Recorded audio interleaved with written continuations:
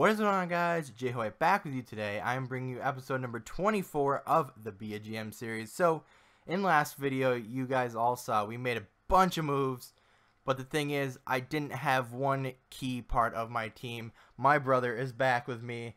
So, how you doing today? Pretty good, man. Just excited to start this season. You know, seeing all the new additions and stuff like that. Pretty pumped to get going, you know? Yeah. So, Chris, since you weren't here last video, you have no clue what's going on. But let's go show you, because the viewers are probably interested too, just in case they didn't see last video. So let's check our NHL lines real quick. So, basically, if you see now, if you watched last video, you'll know that Hunter Shinkaruk and Silverberg are no longer with us, no longer with our team. We do have TJ Oshie instead of him. Chris, what do you think about that trade? Well, let me review it for you quick so I can, tell you the entire thing.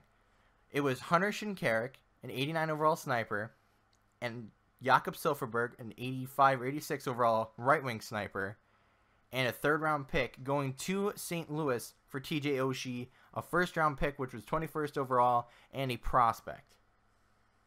What do you think about that? Pretty interesting, man. Well, Silverberg was basically underperforming, and so was Shinkaruk, so as long as TJ Oshie goes TJ Soshi for us, I think we'll be okay. Alright, Chris, so the other trade that did happen was our backup goalie Fontinos. The backup goalie we signed during the video because Michael Herringer wasn't performing.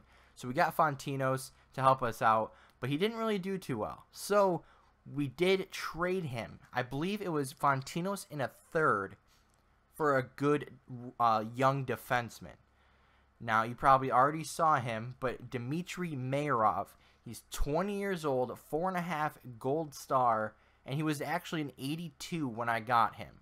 Now, the thing is, he was drafted second overall. I think it was last year. He's young, he's right-handed, and he's going to be playing on our third line this year. So, Chris, out of that entire trade, what do you think?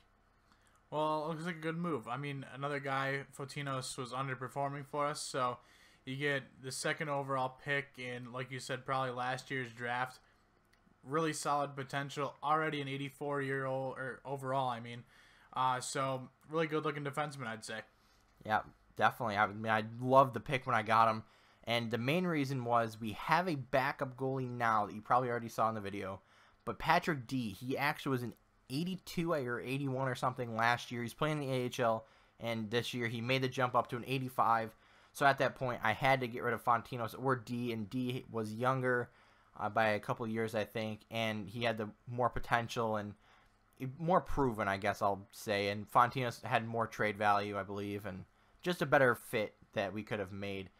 So I think that's the only really trades we made. The one big signing I did make was Jake Gardner to play alongside Erik Karlsson. Now, I know Yandel is playing very well with Karlsson, but I figured if we maybe mix two-way defenseman and offensive defenseman, it might help us out a little bit. So Jake Gardner going the first line with Karlsson, and Yandel and CC. Hopefully all four of them can go off for us. And along with Xavier Ouellette on the third line with Mayarov, I don't think we're going to have any lack in scoring this year. I would definitely have to agree with that. I was just thinking to myself, you could probably even, if we wanted to, we'd have to see how we start the season and all that good stuff, but we might have to dangle one of those top four as trade bait to get, two solid third liners, because overall-wise, little lacking in that department. And I guess in a way, we can't have the perfect all-star team, but with overalls, we have 6 defensemen all above 84. So that's solid to begin with, because if you go to any other team, which I can't go to right now because I'm in edit lines and not view lines, a lot of other teams only have usually about 2 good defensemen, then some average ones about 83 or 82 overall or something like that. But other than that, we did make a couple of signings, nothing really huge after that. But we got rid of Killorn, and we brought up Bozen and Lazar for this year because they're both young and they're just getting jammed up with our team. So I figured might as well give them a chance. So we had to move a couple pieces to do that. So I did, and we brought in Pajot and moved Stone down and all the other good stuff. You can see on your screen. So either way, I think I've talked long enough in the beginning of this video, but I do want to get started in simulating. Now, Chris, I know 5 years in a row you weren't here for it. But 5 years in a row, we have lost in the first round. How can this new team really look to break that streak? Well, man, I really have no idea. our team is solid. You just saw our top six. I mean, they've been probably a little bit worse than that, but not by too much in the previous 5 seasons. And you look at our forward guys, we have a really solid top six and then a really solid bottom six as well if you compare it to other teams in the league. I don't know how they could take the next step. The one area I didn't mention was goaltending. Robin Lehner. Obviously, it's not real life, so he's had a chance to prove himself in this GM series. And he's been our starter for, I think, 3 or 4 years now. So it's his time to step up because Diaz right there and an 85 overall, only one under the 86 of Lehner.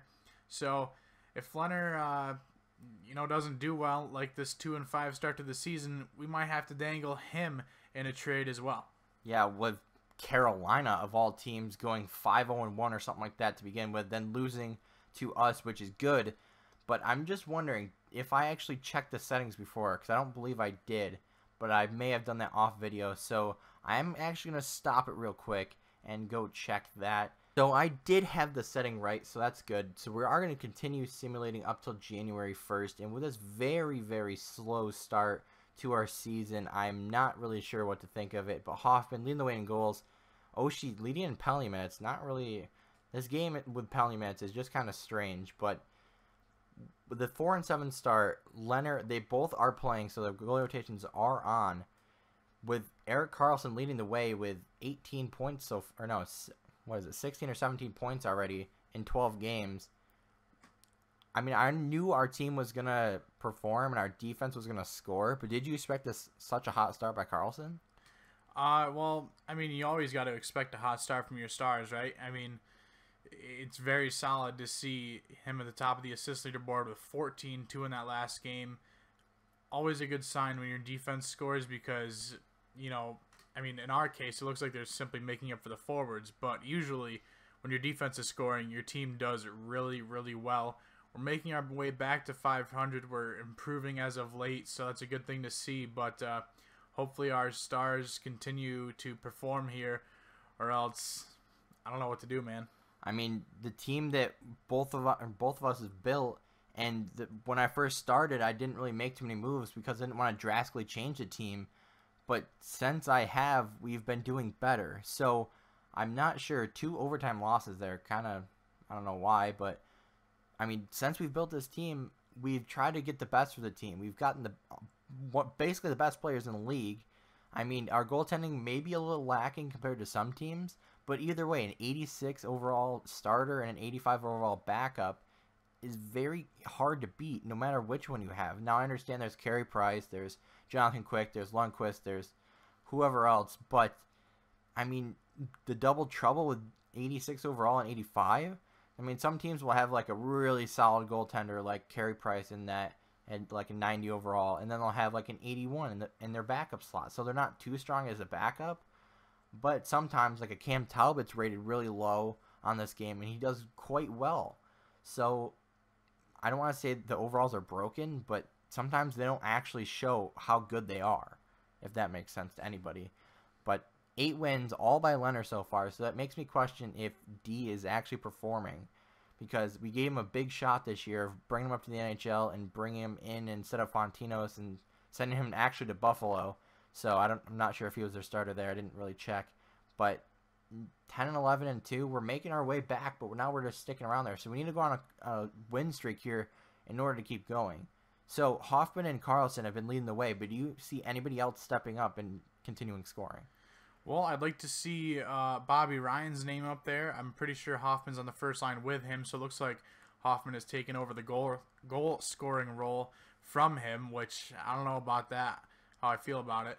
And then TJ Oshie, haven't seen his name at all except on the penalty minutes, which is not a good thing from a second line right winger. I don't know if we have a good amount of depth scoring right now. It doesn't seem to be. I mean, we're losing quite a bit, which is really unfortunate. But if you look at those last 3 games, all 4-3, but we went 1-2 in those games. So it looks like we're scoring enough. It looks like it's just the goaltending right now, and I don't really know what else it could be, man. I mean, we're back to 500 basically, but you got to think Bobby Ryan, like you said. I know I built kind of a really strong offensive-minded defense, if that makes sense. But with that, I figured with the lack of depth scoring that we had with like a Silverberg and a Plot playing on the third line that we changed around at the end of the year, instead of having those type of guys on the third and fourth lines even with that really good depth scoring, that if we upgraded our defense to even better and more offensive, then that might have helped us. But now we're ahead of 500 by 2 games. We're on a 2-game winning streak, I believe, if not more.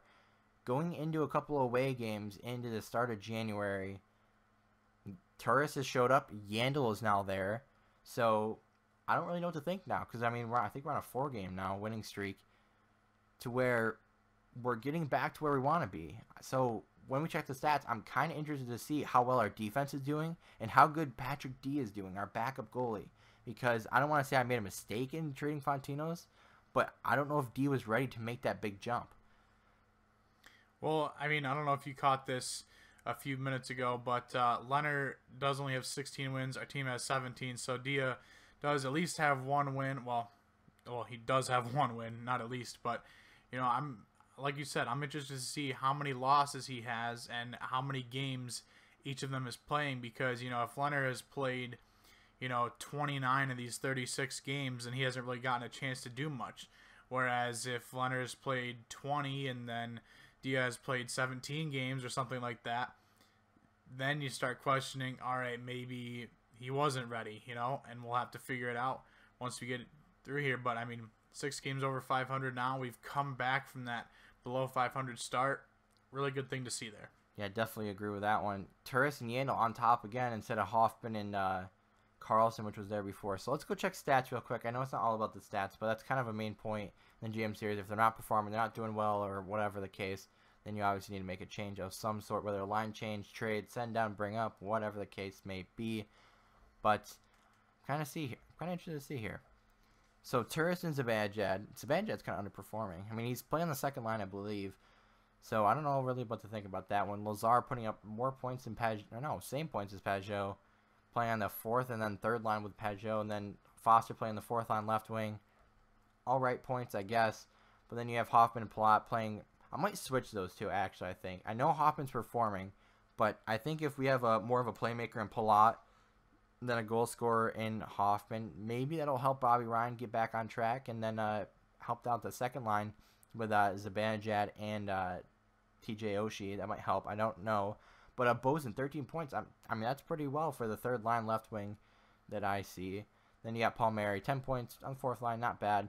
I mean, Bobby Ryan isn't not scoring, but he's not putting up Bobby Ryan type numbers. I mean, I expect him to go kind of point per game because of his 90 overall stats. But with like Shinkarik, he would only have like 10 points or something at this point.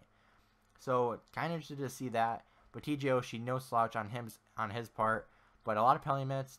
I don't know what to think about that because his game's kind of broken in that aspect.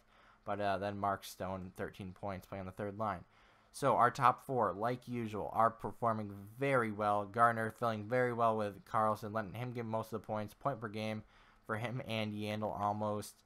And Mayrov and Ouellette. Not really too sure what to think about that one because they are getting less minutes. But either way, let's check goalies. So D, 2 and 4. Don't really want to see that. But Leonard's getting... Wow. 33 games compared to 7, and they're only 1 overall different. That kind of really shocks me, to be honest. So 19 goals allowed in 7 games played for D. Not really sure what to do with him, honestly, because we've given him the chance to get the big jump up. He's played a couple years in the AHL, I believe, so I'm not really sure what we're going to do with him. But either way, Leonard's still performing at that. Since we're sitting at 20, 14, and 4, we're going positive. I didn't check we're actually in the standings. We're sitting in tied for third with Buffalo. So kind of interesting to see that. So hopefully, we haven't really done anything yet. We're probably going to do it in between videos or figure out what we're going to do in between videos. So we don't, I don't have to do so much editing basically. But either way, Chris, what do you think of the season so far?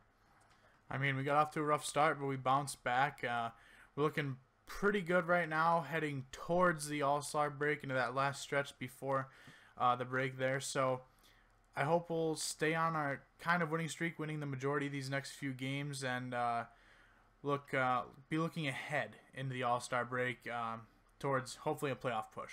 yeah, like you said, we want to get those wins back. We had a rough start, so hopefully we can go on a winning streak and continue on, and hopefully make the playoffs again, and hopefully get past the first round. Either way, guys, I think I'm going to end it here. So leave a like if you enjoyed, comment what you think of the series, and subscribe for more. Anyway, guys, I'll see you later.